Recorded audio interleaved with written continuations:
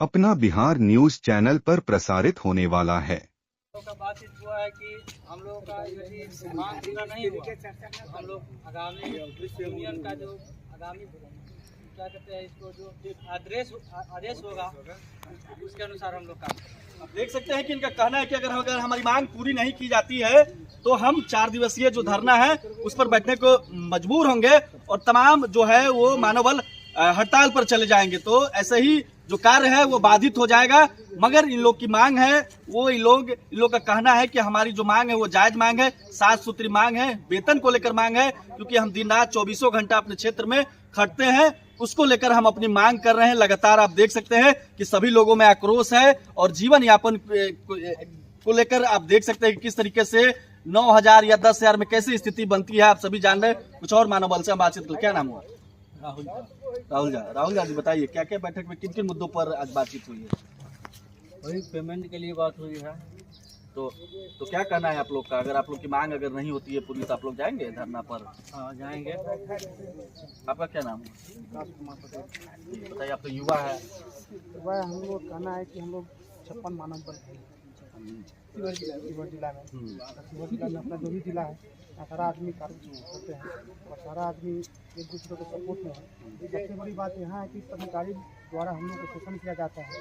जैसे 30 दिन ड्यूटी कराएगा, 26 दिन को वेतन मिलेगा और जितने भी यहाँ ऑफिस में हम लोग मानव बल को हम लोग को फिर कॉल करना नहीं है, लेलोन के लिए काम करना नहीं है, सब पर भी कराया जाता है। 12 बजे रात को फोन जाएगा तो जाना पड़ता है।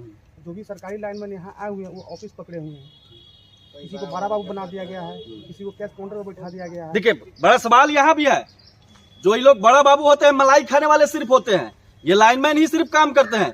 इससे जो उछले वाले हैं, जो लाइनमैन पूर्ण रूप से जो रखा जाता है वो तो मलाई खा रहे हैं, वो तो अब कुर्सी पर बैठे रहती है दिन रात। अब देखिए ये बता भी रहे हैं जी। जैसे हम लोग को 93 रुपया वेतन मिलता है, उन लोग को 43 या 44 वेतन मिल रहा है। तो ऑफिस पकड़े हुए हैं, 10 बजे ड्यूटी आएंगे, 11 बजे ड्यूटी आएंगे, 12 बजे ही ड्यूटी आएंगे, तो 5 बजे चले जाएंगे। हम लोग को आंधी हो, तूफान हो, बारिश हो, कितना भी बाढ़ आया तो बाद में हम लोग नाव के साथ में काम किए थे, लेकिन वो लोग अपने घर पर बैठे थे। लाइन ब्रेक डाउन हो जाएगा तो कॉल करके पूछेगा, अरे भाई कितना देर में लाइन आएगा? तो हम लोग भाई लाइन हम लोग जानवर थोड़ी ना है, जितना देर में उतना देर में कर पाएंगे हम लोग। एक घटना भी हुई थी, एक घटना हमको याद आ गया इसी समय, पिपराही बागमती नदी पुल के नीचे, वहाँ उसके साक्ष्य हम भी थे, वहाँ हम भी पहुंचे थे।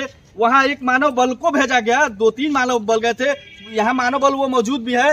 बताइए, बाढ़ आया था, उस स्थिति में पानी का बहाव इतना तेज था और उस स्थिति में मानव बल अपना जान जोखिम में डालकर उस पोल के नीचे गया और स्थिति यह बनी थी कि वो मानव बल बाढ़ के पानी में दह गया था, बाल बाल बचे थे।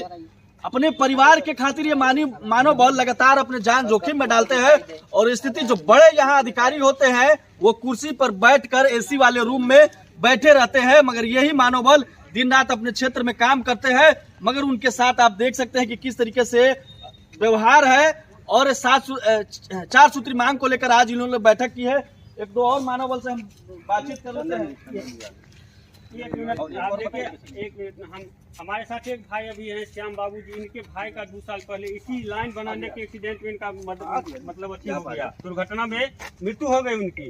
अब पूछिए इनसे कितने दिन बाद इनके भाई का मुआवजा मिला, ठीक है। और अभी कुंभ में दुर्घटना हुआ है, जो आदमी सब की खुद की गलती है, उसमें 25 लाख मुआवजा मिलता है और मानव बल के मरने पे 4 लाख, जबकि सांप काटने पर भी 4 लाख मिलता है। जब बाढ़ में डूब जाइए तो 4 लाख मिलता है, रोड एक्सीडेंट हो जाता है तो 4 लाख मिलता है। हम लोग यहाँ कार्य कर रहे हैं ना, अगर 33,000 11,000 में कोई भाई झुलस जाता है, मृत्यु हो जाती है, उस पर भी 4 लाख मिलता है। और 4 लाख लेने के लिए 2 साल तक ऑफिस कार्यालय का चक्कर काटता है, फिर मिल पाता है या नहीं मिल पाता है इसका कोई देखने वाला नहीं होता है।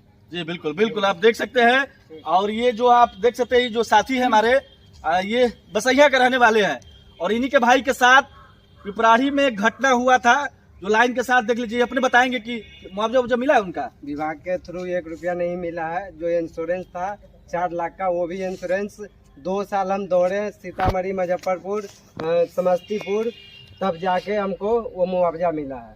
विभाग से 1 रुपया अभी तक नहीं मिला। बताइए, विभाग कितना लापरवाह होता है। बिजली विभाग आप देख सकते हैं, मानव बल जो जान जोखिम में डालकर दिन रात बिजली का काम करते हैं।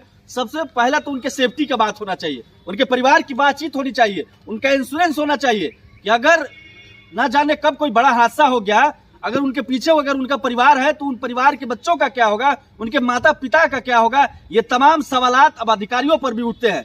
साक्ष्य हमारे सामने मौजूद है, ये बसैया के है, घटना हुई थी और उसके बाद भी विभाग के द्वारा 1 रुपया मुआवजा नहीं दिया गया। तो इस तरीके के सवालात उठता है, लगातार लाजमी है, उठना भी चाहिए। आप एसी में बैठते हैं और ये लोग दिन रात खटते हैं और ना जाने कब कोई बड़ा हादसा हो जाए। उस स्थिति में इन लोग के परिवार का, इन लोग के बच्चों का देखरेख करने वाला कौन है? देखरेख वही होगा कि सरकार इन लोग को सही रूप से इंश्योरेंस कराए, सेफ्टी के लिए सामान मुहैया कराए। सवाल भी यहाँ भी खड़ा होता है कि जो मानव बल है, जो उनका विभाग के द्वारा सामान आता है, जो सेफ्टी किट जिसको कहा जाता है, वो भी सेफ्टी किट आप नहीं देखते होंगे। यह विभाग पर सवाल उठता है कि अगर आप मानव बल अगर क्षेत्र में रहते हैं तो सेफ्टी किट उनको क्यों नहीं उपलब्ध कराते हैं। यह बड़ा झोल होता है, ये बड़ा खेल भी होता है, खेल समझना पड़ेगा। की जाती है जी, क्या नाम हुआ? रंजन जी। नवल किशोर राम। अच्छा, नवल किशोर राम जी नाम है। जी, क्या कहना चाहिएगा? कहना यही चाहते हैं कि सेफ्टी में तो कोई व्यवस्था होता ही नहीं है, कोई व्यवस्था नहीं है। कोई व्यवस्था नहीं है।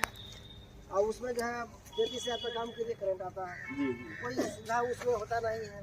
अब किसी तरह काम कीजिए, काम तो करना है, क्योंकि पदाधिकारी लोग को दबाव बनाते हैं कि हमको लाइन चालू अप टू डेट चाहिए। यही सब हो रहा है।